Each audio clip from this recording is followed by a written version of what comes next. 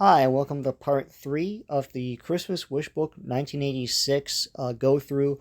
I'm mainly going through toys and stuff from this era since that's the era I grew up in. I was a child in 1986. I was a child of the 80s, and I like going through what I used to pine over, going through these wish books, and I got some stuff, but other stuff I only dreamed of. And it's a nice walk down memory lane just to go through these.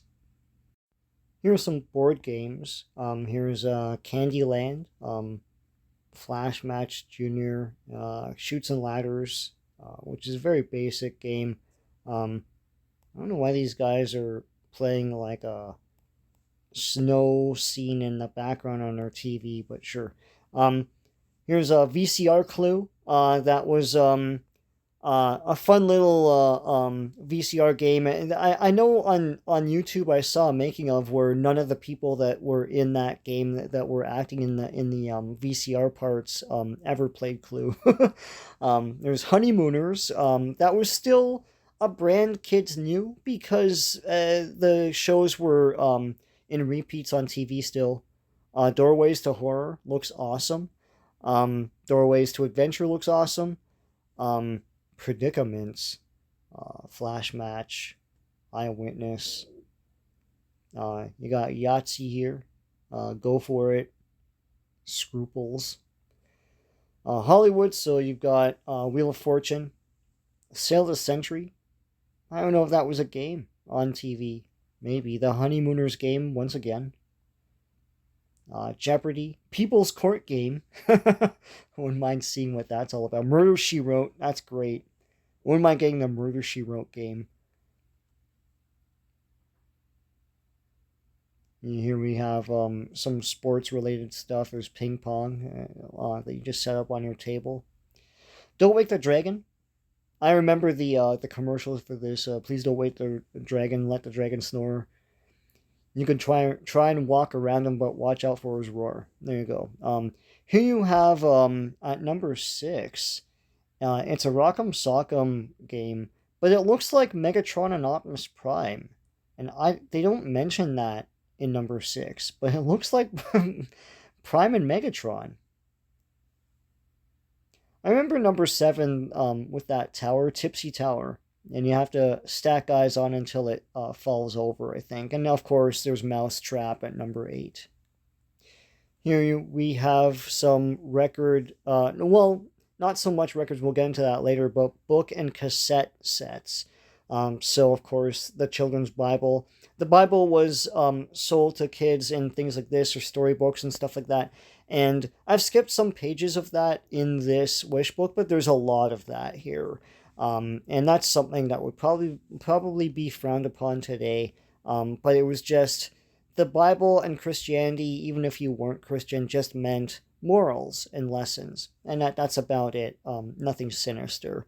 I'll just say that. But here to the right are a bunch of branded licensed cassette and book sets. Lots of great stuff. Superpowers, She-Ra, Transformers, Master of the Universe, Amazing Spider-Man, Care Bears, Popples, My Little Pony, G.I. Joe. These are all fun, and you can probably find some recordings on YouTube for all that stuff. Then just like random storybooks. Mousercise, trying to get kids to exercise. You can see all the pricings and itemization here. And here we have book and record sets. So this is what this format started as, and then it went to cassettes. Disney was heavily into it. I had the Rescuers one. I had Winnie the Pooh and the Blustery Day. That's not here, but this is like, Fox and the Hound and Lady and the Tramp and Mother Goose and, Bambi and all that stuff. There's a box set with Mickey Mouse. More box sets. Christmas favorites, which I actually have the album of. I can't remember. I think it's Merry Christmas Carols I have. Frosty, all sorts of these things. These were big sellers. And you can see here they were fairly affordable. So, it's not uncommon for children of this time to have a large collection of these things. And I mean, whether they have them today, on the back market, they don't fetch that much of a price. It depends on what it is, because they made so many of these. But as time wears on, they're gonna get more and more rare, right? Um, Here are the Texas Instruments talking toys. I had one of these, a Speak and Spell. I think I had the yellow one. These were high tech and a lot of fun back then. It came with a booklet, and they walked you through how to read it and stuff like that. It's one of the first mass appeal examples of electronic toys teaching kids to read. Like, you know, it looked like the future back then, right? Here are the prices and itemization for that. All right, let's get into the Tonka Trucks. Tonka Trucks were made of metal and could withstand anything, and were big and all that. These were really cool. I remember kids getting like hurt by Tonka Trucks because like sometimes the edges were a little rough and you cut yourself and stuff. But these are great. Look at these giant things; they're awesome. And this crane looks like it's like electronically operated. So cool. Here are the prices. They're pretty pricey. It's upwards of $30, 20 to $30 in 1986. So that would be what, 50, $60 now? Here are the Tonka Steel Monsters. These are legendary nowadays on the back market. It's basically Tonka trying to do Mad Max style toys, repurposing their trucks into like death machine things. I have the Masher, actually. I don't have Metal Face that comes with them. I have Roadmaster, Road Boss, or whatever. But these were awesome. They're ginormous. They're durable as heck. And they look like something out of Mad Max. They're so cool. These things fetch like hundreds of dollars on the back market. I'm not going to tell you how much I spent for my Masher, but um, let's see if we could find. Yeah, so Good Guy Wheel Boss, I think that's the guy's name. And these things look affordable back then. 15 to $30. Yeah, not so much anymore. But this is 1986. Here are some Dinky cars. These are not Hot Wheels, I don't think. But something akin to it. A nice little park and gas play set there. A truck that can carry a bunch of cars and launch them. A piggy bank of some sort. And here's Megastar. This is something I don't really know much about. This looks really neat. It's a thing that can transform and compartmentalize and then like spread out. Yeah, this is something that is not really all that known today. When you look at these old um, um, wish books and stuff, there's a bunch of stuff right there in these wish books that I don't see anyone do YouTube videos about today. And I don't see them on back market in toy shows and things. But this is a 1986 toy. Here it is. I can see all the pricings and everything. They look affordable. Super Force vehicles. And Megastar. Yeah, Aqua Fighter. Another brand here. Stuff I don't hear about. Here are slot car tracks. These were excellent fun. If you could, take the time to set them up. Look at this stupid thing at number 3. You're not going to set that up. You know you're not. And they're about $20 or so. Electronic race car set. The number 3 and 4 are like super expensive for 1986. You had to be a rich kid to get those. Here's more tracks. Here's the famous one that can go up a wall. I don't know how well those worked. I know those were on TV commercials and stuff, and I was like, oh, that's awesome, but I would never get those. My mom would never allow this in the house. Here's a ThunderCATS one. So Tyco would license out all sorts of different things. There's a Transformers one. There's a Mask one. All sorts of that stuff. Miami Vice. The Miami Vice track set, man. If you're a Miami Vice fan, go for it. There's a train sets. And of course, this gimmick where you could go up a wall. I don't know how well this worked. Mask, there it is. Rambo, a Rambo set. Yeah, anything you could think of, Tycho probably made a slot car set for it. Here we're getting into the robots of 1986 and the 1980s in general. Here's Robotix. Robotix. Who puts the future in your hands? So this was a builder set. They still sell this today, but not from Milton Bradley.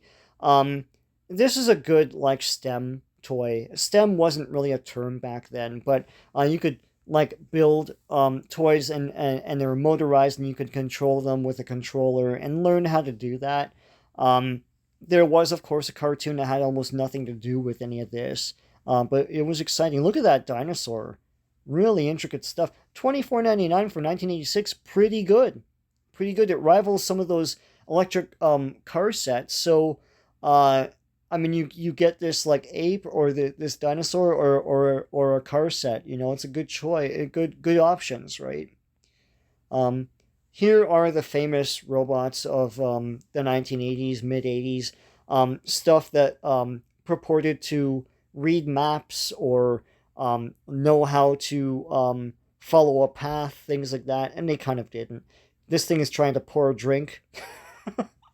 Yeah, I remember all this stuff. I remember kids bringing this to school, and this stuff would never work. It would run into a wall or something like that. But it was fun. It was a lot of fun. There was a skateboarding one. Yeah, this design, this fun little cartoonish kid toy design is gone. But this looks like the 1980s to me. Here's Photon, the chief rival of Laser Tag. So basically, it's a light gun toy. You shoot a light at someone's target that registers a hit. Very clunky, but captured the imagination. And look at all the crap you have to wear, you know, for this to work. And there's Laser Tag.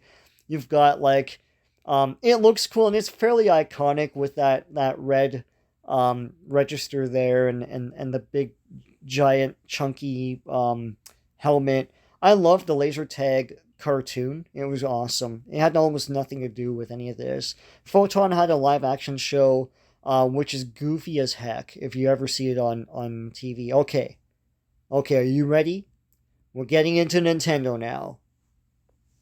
Here is Nintendo Entertainment System with the Zapper and the Gyrobot. Here we have baseball and stuff. They're not really showing off the games that would really sell the system. So let's see how much this thing was. The core of the system is Nintendo Control Deck. So they're marking it at $89.99, which I think is marked down from about $99.99. I could be mistaken. The games were like, yeah, $30 or so. They would get upwards of $70 about a year or two later. Okay, now we're getting into the heavy stuff. Here's Rambo. So Rambo was made by Coleco, who also made Sectars. They were these tall, I want to say they're maybe 6-inch figures, maybe 7-inch ball jointed things. Very, very durable. It's Rambo from the Rambo movies. It's Stallone's likeness. And they made all these terrorist characters for him to fight. They made friends for him to ally himself with. There they are to the left. There's Colonel Troutman from the movies, but then there's, like, some woman, some ninja, some dude with a mask that could shoot missiles, which is super not realistic, but hey. And to the right are all the bad guys. I remember there was controversy about the Arab character at number 15. There was a bad ninja as well. Really cool stuff. The cartoon was awesome. And there's a Christmas episode I watch every Christmas. It's pretty cool. Here are more vehicles. And these were very durable. The cartoon was cool because they didn't shoot lasers or anything. They were shooting bullets and stuff. Here's more military toys and things. I won't be surprised. Let's sneak up on them. I won't be surprised. Here's more Rambo stuff to the right. Real awesome military machine Ram. Here's the pricing for all this stuff. If the army can't, Rambo can. He's unequaled in courage, unfailing in patriotism, and that's it. That's all they say. Um, uh, they show all the different characters. It's like Rambo, Turbo, Cat, Firepower Rambo, which I had. It had a like a flamethrower that would like shoot out from his backpack and fit right into his hand. It was so awesome. Yeah, Rambo was cool. Like it was marketed to kids. And here we have, of course, G.I. Joe. Um, creating exciting battle scenes with G.I. Joe and Cobra. So here's the Cobra Terradrome and the Tomahawk. And we have some other little characters here. The good guys, bad guys. So there's sets of like 6, which are about $20. That's cool. I don't think I've ever seen those multi-packs before. The Dreadnought Swamp Fire is $7. That's pretty good. That's that green thing, green helicopter thing. So there are always lower price point vehicles and higher price point vehicles. Sergeant Slaughter's Triple T tank is $11. And I think they usually came with a figure. You got the Air Chariot for Serpentor. It came with Serpentor, $7, 1986. Pretty good. They tried to make them affordable. I think they did. I know, famously, when the first wave came out, they tried to make the entire line available for $100. After that, they couldn't really do that. But this stuff, I mean, like you're getting into the higher price point with the Conquest. That's like $17. That would be like about $50 today, perhaps. The Raven is like $22.99 in 1986.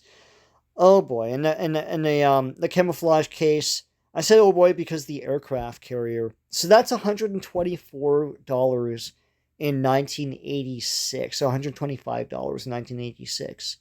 What is that? $300-400 now? It's legendary. It's huge, and I don't even know how they carried it on shelf space. And here's random military toys, basically recolored and repurposed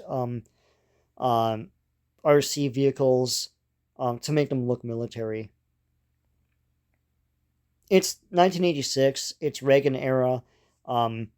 Military's big. It's popular. So there's lots of toys for it.